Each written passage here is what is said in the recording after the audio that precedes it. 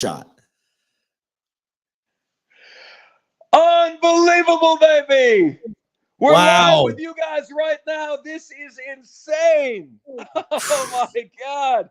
Diesel, can JP you believe what Pegues we with just the saw? absolute dagger at the end of And that and game. let's be real, man. Let's be real. He didn't have himself a game. Like JP No, Pegues was not on it. And you're like, when he shot that shot, oh, Bob Ritchie's on time on camera right now, dancing, ladies and gentlemen. This is man. incredible, Diesel. They did it. When I saw that final when I saw Mike Bothwell go out of this game, I thought, man, Furman is in a lot of trouble. I thought they were in a lot of trouble. When the SoCon's leading scorer or when the team's leading scorer goes out, what with 7-8 minutes to go in the game, I thought, man, they are in deep doo doo.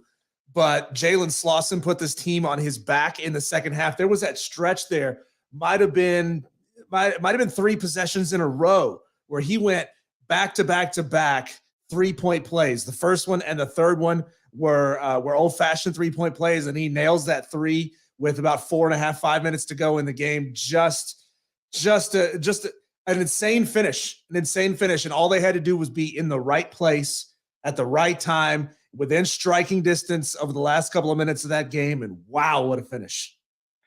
Diesel, this is unbelievable, and it feels amazing to call this, Diesel, to have called this. So we Yeah. did a show today at Ingles, 11 a.m. to noon. The first words out of my mouth, Diesel, when the show began at 11 a.m. were, Furman's going to the Sweet 16. Okay, those were the first words out of my mouth, and it puts a lot of pressure on you, man. But I also Yeah. said this, Diesel. I said, you're going to be able to see who's winning the battle of pace, because this game is a battle of contrasting styles, right? The ACC championship game was 59-49 Duke, right? And so you know what Virginia wants to do to you. They want to make it ugly. Nobody looks good in overalls, Diesel. Virginia wants to make the game overalls, right? They make every single game overalls that they play. And so what happened was, in the first half, Virginia got Furman to play its style, its brand. In the second half, man, 41 points against that Virginia defense. Duke managed 59 for the whole game. Furman got 41 in the second half. So Furman played their style in the second half. They made Virginia adjust to them. Good God, Diesel! Like, Furman looked like they belong among one of the ACC's best teams. And if I could make one more major point here, who's the best basketball program in the state, Diesel? We saw what Virginia Clemson looked like 6 days ago, right? That Right. was 6 days ago. Virginia by 20. How did that game look to you? Clemson, how do you like them apples? It was unbelievable the way that game changed when Furman switched from playing man, and they were getting gashed for the entire first half and the first couple minutes of that second half. Then they switched to that 1-3-1 zone, and Virginia had nothing. It had nothing. The play-by-play of this game were saying things like Virginia is not a good 3-point shooting team. You've got to force them outside. And when Furman switched to that 1-3-1 zone, that's exactly what that did. It took away their ability to drive deep and penetrate the lane. And you even saw it when Furman switched back to man in the last 90 seconds or so of that game. You saw Virginia starting to find success doing that again. And I'm just like, wow, Bob, what are you doing? Don't do this. Don't go away from what's worked for you for the last 7 minutes of this game. But it was, look, I thought once Furman got into the double bonus, or Virginia got into the double bonus, I thought, man, that's it. I thought that is ball game. Virginia's this is the time when great teams like that find ways to go 9 out of 10 in their final 5 trips to the free throw line. But it didn't work out that way. Furman got a lucky bounce a handful of times. And there was also that 3-point shot. I think it was a 2 with under 30 seconds to play. What are they Furman, doing there, man? Like, the announcers were saying, Stan Van Gundy was saying, you don't need a 3 year. Yeah. Like, why? Like, that was the one. And I thought Bob Ritchie did a great job overall for the game, Diesel. But that was the one coaching moment where I was like, why are they calling up a 3 here when they just need a 2? You can get a missed free throw, right? I didn't think you needed a 3 there. Maybe Maybe it was, if you have a good look, take the three. And I didn't think that was a good look. They took the three. But man, no matter. Here's what I got to ask you. That last shot for Virginia, you thought that was in, right? And you know, Totally. Diesel, you and I have sparred Totally. about this on the air 11 million times. Bank threes should not count. That Well, was about to be a banked in three, and you like, know it. imagine if that shot had gone in. Furman would have lost the SoCon championship one year and then lost an NCAA tournament game the next year on essentially the same play, because it was opposite side of the court. It was the right wing instead of the left wing, but it was almost the same distance with almost the same amount of time left. And that would have been the most brutal way to end a game like that. But man, you gotta just talk about, we got to talk about how proud we are of the way this team fought back in that game. They got down 11 points in the second half, and they were able to fight back. And look, when your leading scorer is out of the game, other players have to put the team on their backs. Furman did that, and all credit to them. They worked so hard to get this win, and it's so fun to watch. How are we not in the air right now? It's 3:04 p.m. Get us on the air now. Mark Hendricks, Steve Sinecroft, get us on the air now. No, man, I'm going nuts not being able to talk about this right now, man. But this was, Diesel, it was one of those moments, man. This is one of my most proud moments of living in the upstate and just experiencing this and knowing what this program has been through. Diesel, they just matched their total win total in the history of the NCAA tournament. This team just matched everything they have done up until this point. And I can't honestly say, Diesel, in the second half that they didn't deserve to win. Like they led it 63-60, and then they had five bad, it was score for Virginia, stop, score. JP Pegues had that spin baseline. He threw the ball out of bounds. That Khalil Clark is a witch defensively for Virginia in one-on-one situations. He got Jalen Slauson to turn it over. He got JP Pegues to turn it over.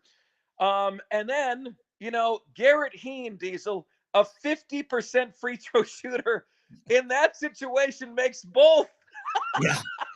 Yeah, what 50% free throw shooter in that situation makes both of them, right? So it makes it a 1-point game. And you tell me, when you saw Khalil Clark heave it across half court, you're like, I can't believe he's doing that. I can't believe he's doing that. And it goes right into Furman's hands. How about that, man? Yeah, what an unbelievable game. As a matter of fact, when I filled out my bracket, I have Furman winning the next game. I have Furman making the Sweet 16. Same. Yeah. Who do you have him playing? I think I have him playing Alabama. Okay, so I got him playing Bama in the Sweet 16, but I have him beating College of Charleston in the next round because I have College of Charleston beating San Diego State. Okay, I think I have Furman beating San Diego State in that game. Man, if you can beat Virginia, you can't tell me you can't beat San Diego State. You can beat anyone in the country. Furman just played the toughest defense they will play all season long, and they did it. They absolutely did it. Dude, so my point total was 65. I said if Furman can get to 65, they've got a great shot because that means they're playing enough of their game to try to get this win. And they weren't there at halftime, but they did it in the second half. And Diesel, I got to tell you, man, there was about a 6-minute stretch of that second half where Jalen Slauson looked like an NBA first-round pick to me, right? Like there was the tomahawk dunk incoming where he flipped and finger rolled. Oh, that was so beautiful. Finger roll. He changed it. He called the audible midair and goes to the finger roll. He is that prototypical big three or stretch four that the NBA loves. He can play either a 3 or a 4, and he's got some ability, man. I'm telling you, he's got some real ability. We'd be remiss, Diesel, if we did not speak about our guy, Mike Bothwell. Mike made a money 3 at the beginning of the second half, but just could not stay out of foul trouble for the game, man. It was brutal. And the hardest thing about it was, as soon as Bob would bring him back in the game, he would get another foul every single time. Yeah. He got another foul immediately. So that was brutal. And I'm right there with you, man. Now realize what this team has done. They beat Western Carolina, Diesel, in the semifinal of the Southern Conference when Jalen Slauson fouled out and they were down by 2 with under 30 seconds to go. They had to tie the game and then win in overtime without the Southern Conference Player of the Year. Then in this game, they're without their leading scorer for what, the last 10 minutes of the game? For the fourth quarter, essentially, of this game, they're without their leading scorer. And this team just finds a freaking way, man. They find Yeah, a way. it felt to me a little bit.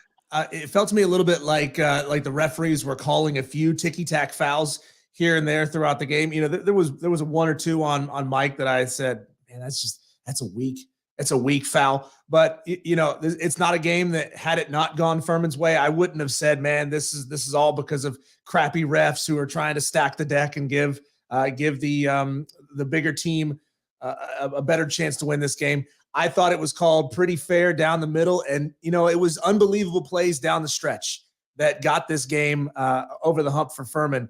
Unbelievable plays that, like I said, that 3 possession stretch for Jalen Slauson where he scores 9 in 3 possessions, and then man, that incredible crazy shot there at the end, and it almost got spoiled for me. It almost got spoiled. So my wife took the day off from work to be home to watch this game. She took the day off. She's sitting on the couch with her hands over her head. I got to show you this. I'm gonna show you my phone, a picture that I took of her on my phone. She's sitting there, like hands on her head, losing her mind as Furman is down 1, it was down 2 right there at the end of that game. And then I got a text from my brother-in-law, and he goes, incredible. And I was like, oh, don't tell me. Don't tell. I thought he was trying to tell me like, oh, it's incredible that Furman is even in this game, in this situation. But as I'm streaming the game, I know I'm probably 30 seconds to a minute behind people who are watching on cable. And I was like, I had to turn my phone over and put it away. I took my watch off and put it over there. I'm like, don't ruin this for me. Nobody ruin this for me. And it was incredible. Diesel, this team was down. And by the way, please check on the wife. Please make sure she's okay. Okay. This is important. This was a Furman team, Diesel, that was Ashley, down. Are you okay? She's good. They were down, Diesel, 50-38. Furman was down 50-38.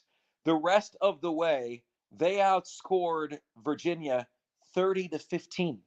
Okay? The rest of the way, they doubled Virginia up when they were down 50-38. This team just finds a way, man.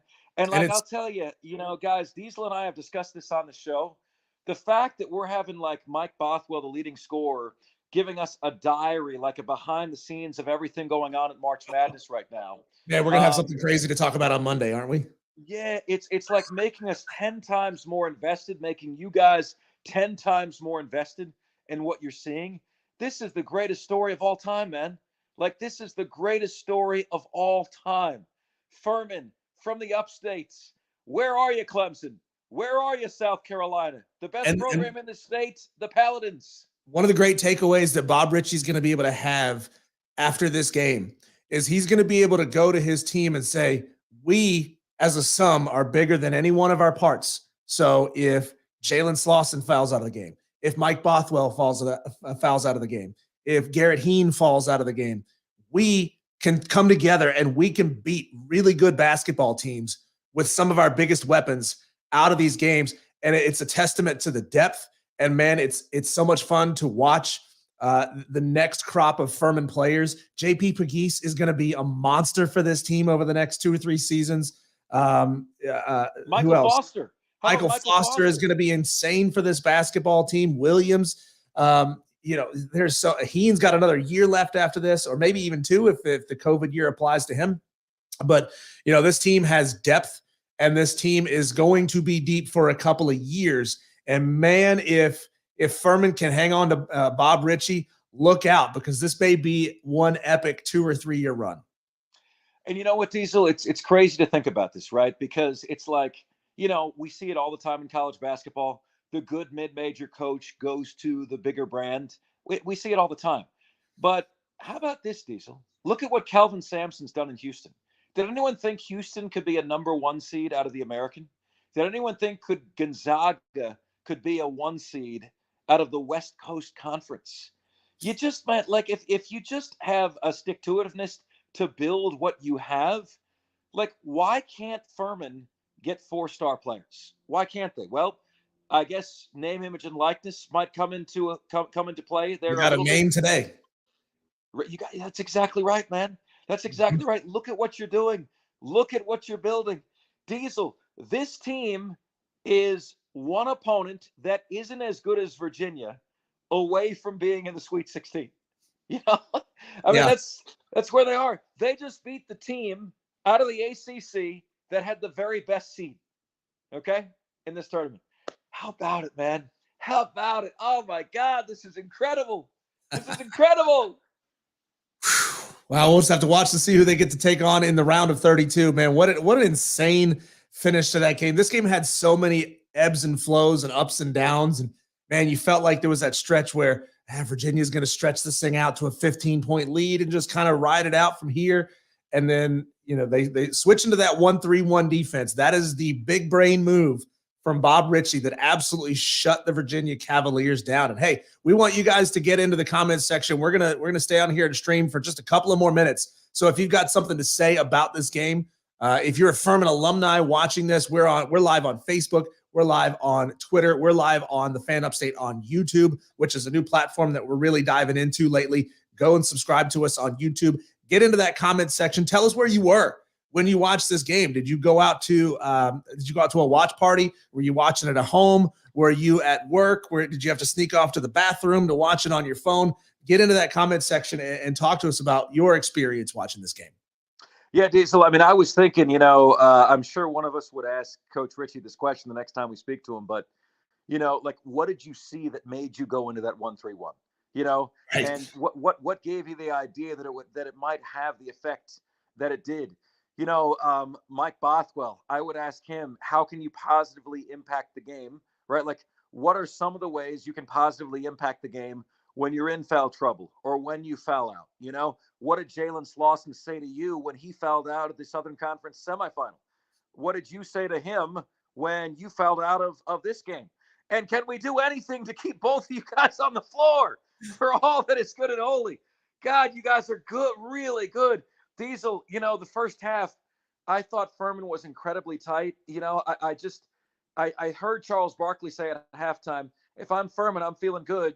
Nothing Virginia does is intimidating to me. And this team is missing a lot of shots they normally make. And I was thinking the same thing. It's just like, gosh, I'm not watching this game feeling like Furman needs to be something they're not to win. I'm watching this game thinking all they need to do is be themselves and they're going to be right there. Yeah. And they were missing wide open threes and missing free throws. And God, man, like Furman was every bit Virginia's equal. And I know, Diesel, we say in football, man, you know what? Like, how would Utah do in the Pac-12? And it's going to take them some years to build that depth. And to a degree in football, that's true. But in college basketball, man, you play 2 games a week. I'm watching that game, Diesel, and I'm thinking that Furman is on the medal stand if they play in the ACC. I'm thinking they're on the medal stand, I'm thinking they're Miami's equal, Duke's equal. I know darn well they're better than Clemson, right? Yeah, and it goes to show you what an elite scheme, an elite mind and a head coach can do for you at this level. Obviously, Virginia has more talented athletes on their team. You got a guy that's 2 inches taller than you and faster than you and stronger than you. It seems it's not even fair. So Furman had an elite offensive scheme, and man, I'm watching them pick and roll and pop pass, and like they're getting receivers on these passes in wide open space, and I'm just thinking, wow, this is beautiful to watch this scheme show itself at an elite level on an elite stage. And man, our friends over at Furman are going to have one whale of a task hanging on to Bob Ritchie after this win. I hope they can do it, man. Like, how crazy would it be to have an elite mid-major to the level of a Gonzaga, to the level of a Houston? And again, I know that's going to take years to build. It's not like, I'm jumping the gun on this thing, but to be able to keep Bob Ritchie at Furman, and they even said it in the broadcast. They quoted him in the broadcast saying that he ate, slept, and drank basketball for his first year. And he said, man, things were good. We were winning a lot of basketball games, but I was unhappy. I was getting burnt out on it. And he goes, it took a little time to readjust my mindset. And what better place to be able to hold on to that mindset than keeping your feet right where they are and staying at Furman long term. Think about what this does for the university, Diesel, for the basketball program, from an awareness and visibility standpoint, right? From, in terms of opening the doors to players that may not have considered you before, right? You remember the Florida Gulf Coast story back in 2012, 2013? They were like Dunk City, and they were a brand. And I remember reading articles and studies about what that did for their school, and now they're back in it. They've had a really good run again. But I'm telling you, man, like what this can do, this win, and then if Furman wins again, and then you start to be on the map as a real basketball program. You graduate from a cute little, the little engine that could story. You graduate from that into one of the best mid majors in college basketball story real fast. And then some of these mid majors stick, Diesel, and some don't. Wichita State lost their coach. They haven't really stuck, but Houston is sticking. Gonzaga is sticking. There's a number of mid majors that are really popping and really doing a great job. And it just goes to show, man, like you don't need 40,000 undergraduate students to have a great basketball program. You need an administration that supports you. You need an awareness nationwide. And I think Furman is doing that right now, man. And I'm so damn excited for them. I mean, imagine what it would be like, Diesel, to have a perennial top 25 team playing right up the road. Yeah. How amazing would that be? And hey, we're in this situation now. I think we might have lost Mark Ryan there for just a second. Hopefully he can get back in here. But we're in a situation now where Furman, I think, is going to catch a whole lot of new fans. There's Clemson fans who are dejected about their team getting knocked out by Morehead State first round of the NIT, which I know we're going to have a lot to say about that on Monday. South Carolina not invited to any postseason play. We'll see what happens with Charleston later on today. But if you're a Clemson fan, if you're a South Carolina fan, now's the time. Now's the time to jump on one of these bandwagons. Clemson fans, you don't have to change your wardrobe. You just get to bring out your alternates, wear your purple stuff for Furman and show your support for Furman over the next couple of days. And, man, it's just exciting to see. And I know this may be the thing when we put up polls and ask questions like, is Furman the best basketball program in the state of South Carolina? And the numbers are still kind of 50-50. This is the thing that pushes them over the hump. They just beat the team that embarrassed Clemson in the ACC tournament. So in no way, shape, or form can any one of you Clemson Tiger fans who may watch this video ever say that Clemson basketball is better than Furman basketball. No, you can't. And can any one of you Clemson basketball fans say that your head coach is better than Furman's head coach, right? I mean, consider what he's doing with the hand that he's been dealt and some of the limitations that Furman has. It's amazing. It's amazing. It's absolutely amazing, man. Diesel, I'm going to be the biggest in 4 minutes and 16 seconds. I'm about to be the biggest Charleston Southern fan in the world. I want this matchup more than life itself. And I think the committee kind of had an idea, like, why else would you put Charleston and Furman right by each other in the bracket? Like, what? We only have two teams. The whole state only has two teams in the tournament. They're placed right by each other. And both with matchups that, darn it, were kind of winnable, Yeah. These matchups are kind of winnable, man. I think, can you just imagine, man, like you and I were talking about it, what can we do to increase the interest level in March Madness in our area? Because let's face it, 81% of our audience calls Clemson or South Carolina their favorite team, and their basketball programs are on the milk carton. If anyone's seen them, please contact your local authorities. We're concerned for their well-being. The committee said, okay, let's get South Carolina on the map. Let's at least give this matchup a chance to happen. Dude, this is going to be nuts. It's going to be West Coast versus East Coast in the Palmetto State if it's Charleston against Furman. And I can't wait for it. And I'm telling you, Diesel, I think Charleston's winning this game. I think they're winning this game. Should we start giving out lottery numbers next week? Because both of us called Furman winning this game.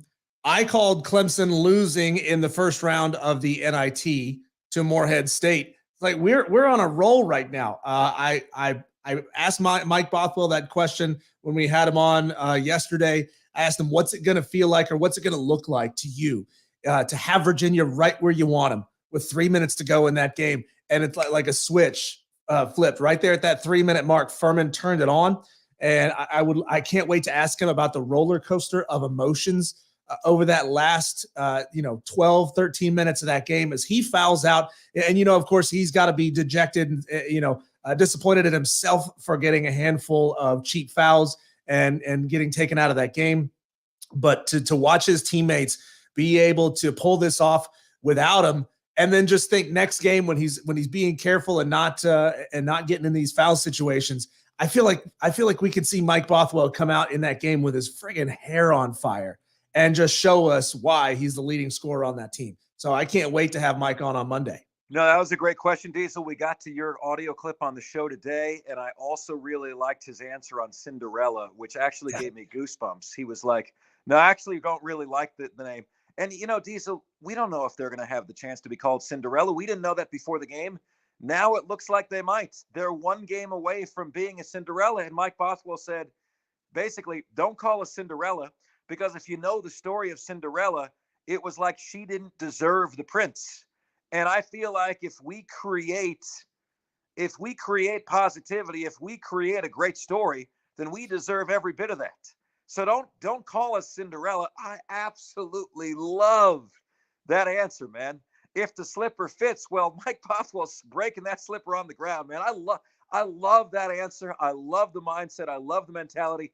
This team, man, has great leadership from Bob Ritchie to Jalen Slauson to Mike Bothwell and company. They've got enough young guys. They've got Garrett Heen, 50% making 2 free throws at the end to make it interesting. It's just incredible, man. It's just an absolutely incredible game. One of Diesel, if you, perhaps this is a topic for Monday's show, Diesel. If you consider the best all-time upstate sports moments, right? Clemson winning a national championship, Clemson winning another national championship. South Carolina's Final Four berth did not happen in the upstate, right? We've got Gamecock fans, but that's not an upstate team. If you had last year Gaffney winning the state championship in football, upstate team. You got to consider, man, like this is going to go down as, especially if Furman can win the next one of the best moments in upstate sports history on the biggest stage. Just incredible. JP Pegues from downtown. Diesel, by the way, that JP Pegues shot was just about as far away as the Jean-Baptiste shot that beat him a year ago. Yeah. How about that? Yeah. I mean, there's been a lot of poetic justice to the ending to this season. They make it into the finals of the Southern Conference. They get to play the same team again in Chattanooga. They beat Chattanooga. They get here and they win the game on basically the same shot that took them out of the SoCon tournament last year and kept them out of this tournament. Just absolutely insane. Now, as a reminder, Furman will play again, I think, on Saturday, the 18th. Saturday. They'll play on Saturday, and they'll play the winner of San Diego State and College of Charleston, which, of course, you're going to hear that game on the Fan Upstate. Yeah, absolutely will, man. We're so excited about that. We're going to be locked and loaded for that. I don't yet know the time on that one, Diesel. Do you? I imagine they're playing early. Don't know yet. No. Now, yeah. Chris Phillips of the Spurs Up Show watching the live broadcast here. Come on, Chris, you got to give it up to the Furman Paladins. I would put your message on the screen here, but I'm not going to let you shout out your team today. You need to be shouting out the Furman Paladins, and then we'll give you some screen time. That's it, man. That is absolutely it. College of Charleston, 2-2 against San Diego State. Let's make it happen. The all-South Carolina matchup, Diesel. What a game, man. What an experience. What a job by Bob Ritchie and Furman. I swear, man, there were parts of that game where it felt like, to me, Virginia was 90% to win. When it was 50-38, it felt like 90% chance Virginia wins. Then when it was 66-63 Virginia, it looked really bleak. It's like it was right there for Furman, right? It was right there. And they had a string of about 6 or 7 possessions where nothing good happened for them. And it looked like it had slipped away completely. And then there they had it. So it went from 90-10 Virginia to about, what was it about, Diesel? When it was 63-60 Furman, you felt pretty good, right? Yeah. And It then felt like Furman would start to pull away from this game in this game and maybe even win this one by 10. But man, what a fantastic finish to this ball game. And whew, Furman, you did it. You did it. You took down not exactly a Goliath, because we said it on the show yesterday that Virginia was a beatable basketball team, and you went out and did it. You found ways to win even when your leading scorer was taken out of the game. So just hats off. Neither one of us are wearing hats, but hats off to the Furman Paladins. Let's close, Diesel, with a slogan for Furman. Okay, 1 time, 2 time. Ready? 1, 2, 3. FU 1 time. 1 time. FU 2 times. FU all the time. 3 times. FU 3 FU times. FU all the time, Virginia. How do you like it? Hardcore, my friends. We'll see you guys soon. Thanks.